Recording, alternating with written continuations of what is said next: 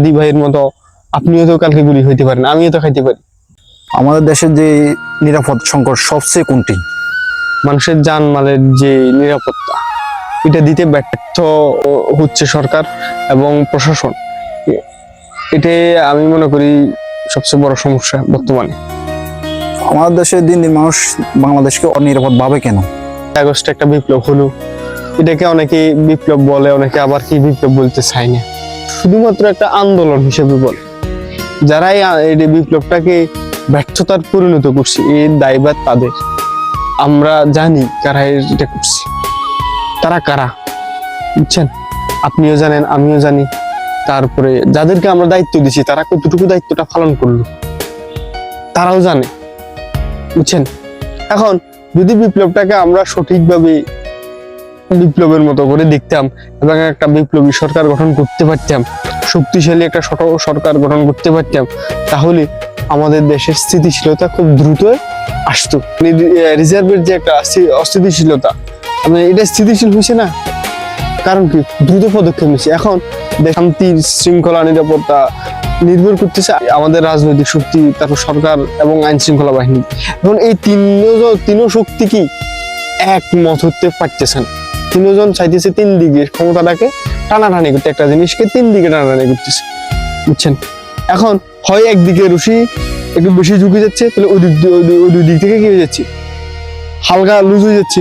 আবার এদিকে আসলে আবার কি এদিক থেকে ওদিকে লুজ হয়ে যাচ্ছে। এইভাবে তো একটা জিনিস চলতে পারে না ভাই। আপনি মিডলে রাখি তিনজনকে সমানভাবে, তিনজনকে নিজের জায়গা থেকে কি করতে হবে, স্যাক্রিফাইস করতে হবে। রাজনৈতিক শক্তিগুলো তারা নিজেদের স্বার্থগুলো ছাড়ে দিয়া দেশের জন্য যদি কাজ করে, তাহলে দেশটা অটোমেটিক কি হয়ে যাবে, শান্তি হয়ে যাবে। সেভাবে সরকার যদি, যাদেরকে আমরা দায়িত্ব দিলাম, ইউনূস পরবর্তীকালীন সরকার, ওনারা ওনাদের দায়িত্ব পালন করছেন না নাকি করতে চাইতেছেন না, এটা নিয়ে সন্দেহ আছে। ওনারা বলতেছেন যে আমাদেরকে দায়িত্ব দেওয়া হয়েছে, কিন্তু কিছু আছে কিন্তু আমাদেরকে পাওয়ার দেওয়া হয়নি। আমরা চেয়ার আছি, আমাদের পাওয়ার নেই। ভাই আপনাকে বসানোর পরে তো আপনি পাওয়ারটা নিয়ে নেবেন। আপনি যোগ্য বিধায় আপনাকে সবাই তখন এক বাক্যে কি করা হয়েছে, সবাই মানে নিছে। এখন আপনি যদি ব্যর্থ হন, আপনার ব্যর্থতা আপনি কাঁধে নিয়ে আপনি কি চলে যান। যদি না পারেন, আপনি কোনো কিছু করবেন না। যে স্বরাষ্ট্র উপদেষ্টা মানে কোন ধরনের, ওনারা কি কাজ করেন আমরা আমাদের বোধগম্য না। আমরা সবাই এক এক করে যে হাদি ভাইয়ের মতো আপনিও তো কালকে গুলি হইতে পারেন, আমিও তো খাইতে পারি। আমাদের নিরাপত্তাটা কে নিবি? হাদি ভাই ফেমাস ব্যক্তি, ওনাকে সিঙ্গাপুর নেওয়া হয়েছে, কিন্তু আমাদের তো সিঙ্গাপুর নাকি। সবাই মিলে আমরা যদি জননিরাপত্তা না পাই, তাহলে এইখানে আর এই শান্তি শৃঙ্খলাটা রইল কোথায়?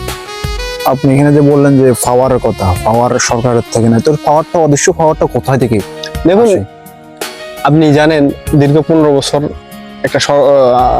বছরের একটা শাসন আমল, তারা একেবারে এই প্রশাসনের একেবারে রন্ধ্রে ঢুকে গেছে।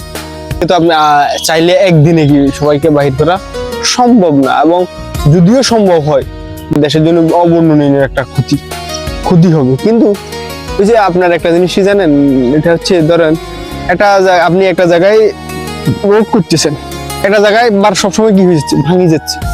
এখন আপনি চিন্তা করলেন যে না, রোডটা যদি আমি ফিনিশিং দিয়ে দিই চলবে কিছুদিন, সমস্যা নেই। 2 দিন পর কি মানে মাসখানেকের ভিতরে আবার ভাঙে যাচ্ছে, আবার রিপেয়ারিং হচ্ছে, আবার ভাঙে যাচ্ছে, আবার। তো আপনাকে এটাকে টিকার অর্থে টেকসই করতে হবে। কি করতে হবে? পুরোটা ভাঙি, পুরোটা ফিনিশিং করি, আবার প্রথম থেকে করতে হবে।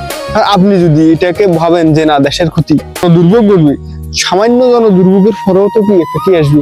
মনে করেন ওই রাস্তাটা করতে 1 মাস লাগবে, 1 মাসের একটা দুর্ভোগ হবে না? ওই 1 মাসের দুর্ভোগ হওয়ার পরে মানুষ তো শান্তি। আমি যদি ওই 1 মাসটাকে প্রাধান্য দিই, যে একটা লম্বা সময় মনে করি যে আমি যদি হাত গুটিয়ে বসে থাকি, সামান্য একটু রিপেয়ারিং করে দিয়ে আসি, তাহলে তো আজীবন মানুষ কি করতে পারে।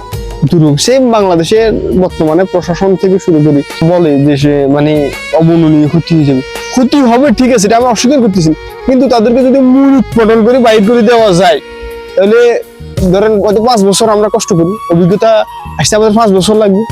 নতুন যারা আসবে তারা কাজগুলো করতে গিয়ে হয়তো 5 বছর তাদের সময় লাগবে, তারা শিখবে, করবে। কিন্তু 5 বছর পর আমার দেশটাতে কি হবে, একটা অবস্থা দিয়ে তো জনগণরা একটা অবস্থানে তো বুঝবে। আমি যদি 5টা বছরকে যদি আমার বাকি সময়টাকে এই 5 বছরের জন্য নষ্ট করে দিই, তাহলে তো আমরা যারা দায়িত্ববান আছে তাদের বিবেচনার বিষয় যে আমরা কতটুকু দায়িত্ব পালন করলাম বা দেশের জন্য কি করতে পারলাম।